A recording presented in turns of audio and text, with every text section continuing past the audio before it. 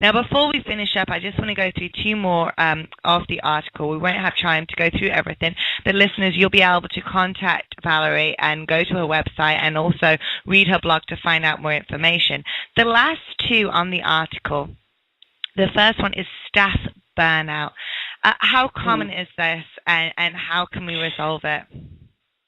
Staff burnout is really, really common because people can give that burst of energy to finish a special project or do something up, and we sometimes get the expectation that they could do that long term, and they just can't.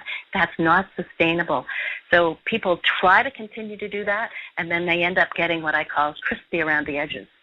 So before they're actually burnt out, they sort of get that crispy, and they need some help. So you need a coach to help them look at the possible options. What can they do differently? How can they see things differently?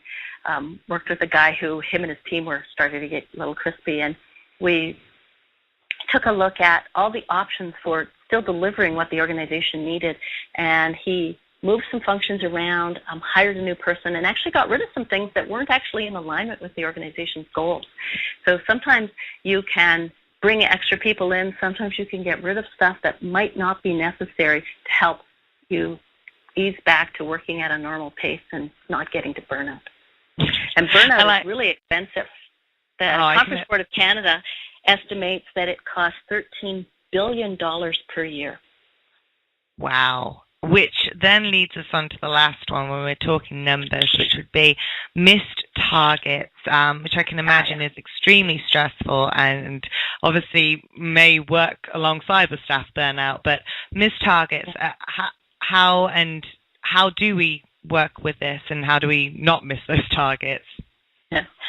Well, it's probably the easiest of all the 9 symptoms of highly ineffective leaders to see, because it's got some hard numbers. There's some goals that have been set, and you either reach them or you don't.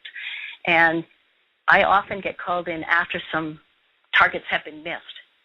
I remember getting called in with one group, and they had just amazing cost overruns. It was just pretty scary. And what we did was we chose to have a look-back meeting with all the people involved. And we took a look at what they did right, what they would change, what barriers were in their way, how could they work together effectively.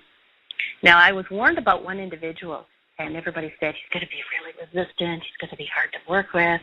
So I had been warned about this guy. In the middle of the session, or partway through the session, the guy realized that this wasn't a witch hunt, that it really was about lowering costs and meeting targets and working better together. And all of a sudden, he became very cooperative, to the point where at the end of the meeting, people came up to me and said, "Whoa, he was really productive and he really participated, and he's usually not like that." And I heard back from the team, and their next big project, their cost went down about 50%. Wow. I know. Now, I can't say that all of that 50% was because of me, because it was really their ideas and their work, but it was my process and guiding that helped them come up with how to work together, how to remove some of those barriers, how to do things differently. So at least a small percentage of that is going to be mine. Excellent. Well, we are at the end of the show, but before we finish up, Valerie, I want to ask you, what is next for you? It seems as though you've accomplished so much. You're extremely successful at what you do. But like any successful person, I'm sure that you have goals and places that you'd like to go to next. What would that be? Well, I've written 2 books already, and I'm working on a 3rd. So I've written a book that's a life planning book called Get Me Off the Treadmill. And I've written a business planning book called Destination Thinking. And I'm now writing a book to help people that are in new jobs, new leaders, or people who are in new jobs, called When in Rome. So I'm doing the interviews and the research around that. So that's my next project. Excellent. Well, listeners, you can find out more about Valerie by going to her website, which is Valerie MacLeod, spelled, let me do the whole thing, www.valerie, V-A-L-E-R-I-E, MacLeod, MacLeod.com. You can also go to her blog, which is ValerieMacLeodblog.com. And if listeners have any questions, what would be the best way to follow up, Valerie? They could go to my website, ValerieMacLeod.com, and they can send me an email through that. That would be wonderful. I'd love to hear from people. Excellent. Well, Valerie, it's been a pleasure speaking with you and finding out more about your article, 9 Symptoms of Highly Ineffective Leaders. And we look forward to those books as well. So thank you again. Thanks, Lucy. You've been listening to APMG Radio with my special guest, Valerie MacLeod. This show and many others can be found at allpromediagroup.com.